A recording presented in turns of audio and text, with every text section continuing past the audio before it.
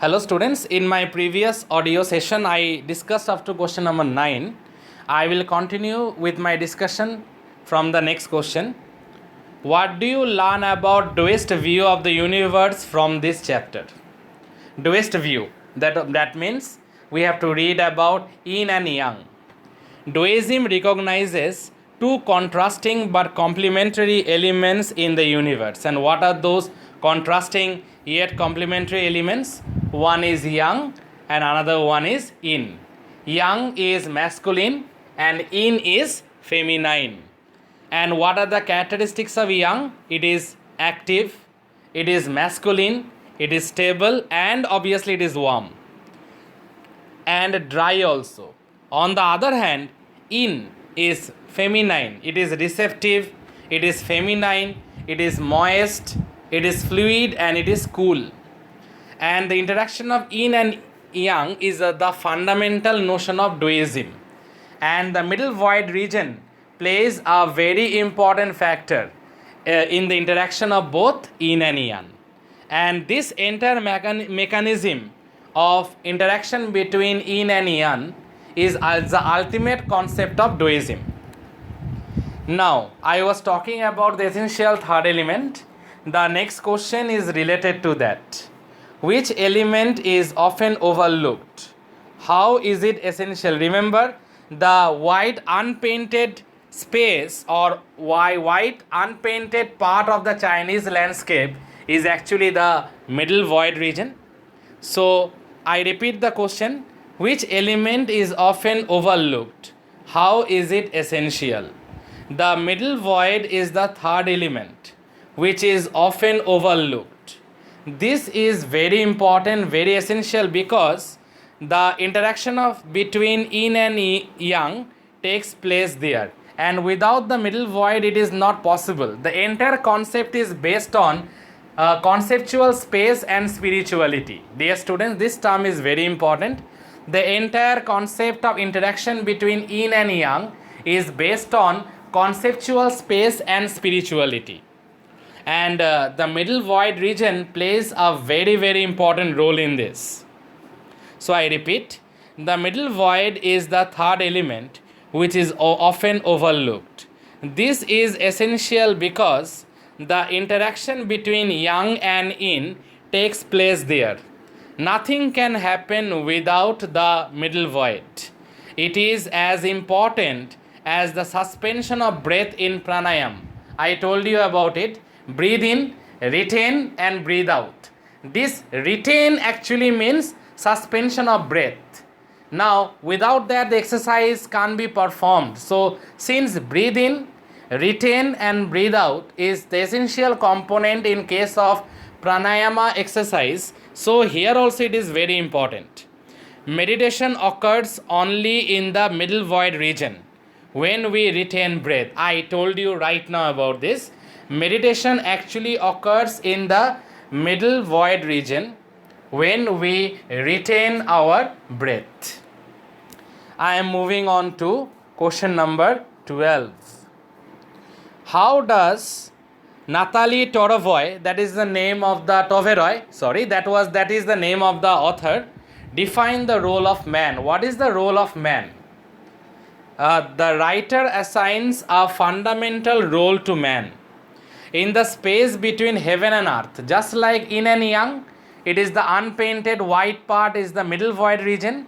Now let us compare what is our importance in this, or what is our role in this, considering the vast space all over us, heaven and earth. Considering that, what is our role? So let's continue. The writer assigns a fundamental role to man.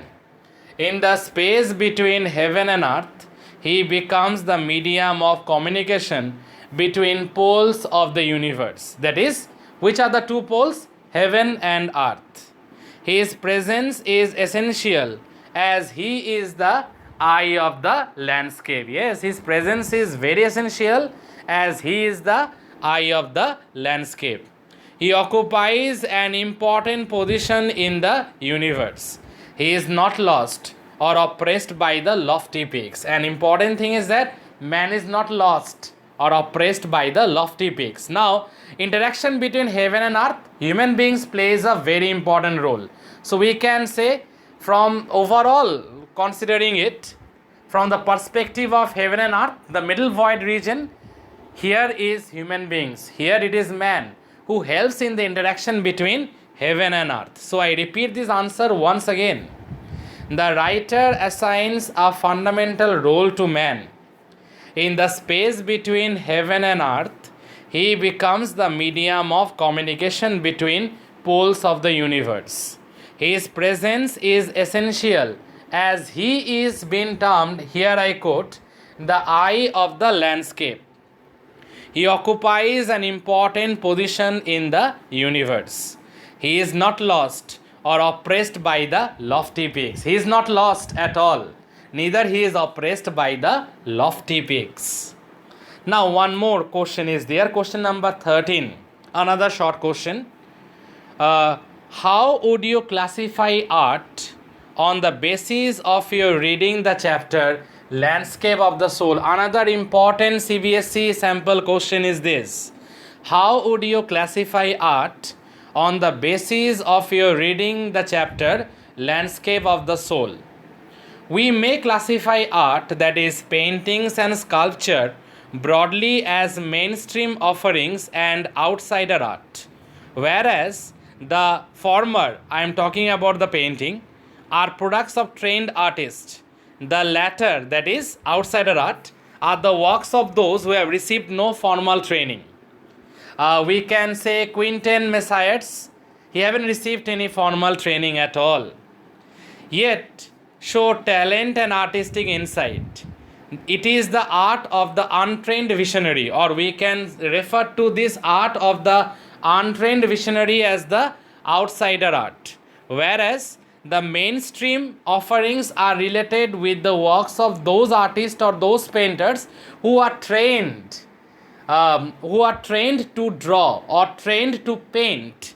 But there are many others who are extremely talented and whose work of art is termed, here I quote, as outsiders art, because the main difference is that they are not formally trained, but they are exceptionally talented. So I repeat, whereas the former, that is the mainstream offerings, are products of trained artists, the latter are the works of those who have received no formal training, yet they show talent and artistic insight.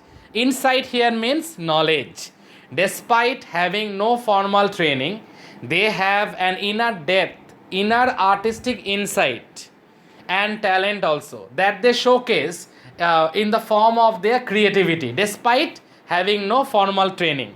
So their works are categorized under the concept of outsider art, whereas the mainstream offerings are those art of those painters who already had formal training, who are actually professionally trained.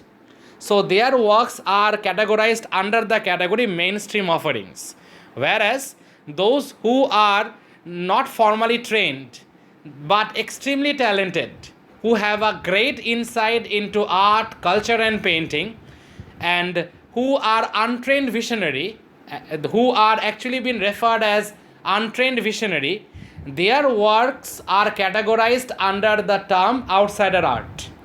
So there lies the concept between mainstream offerings and outsider art.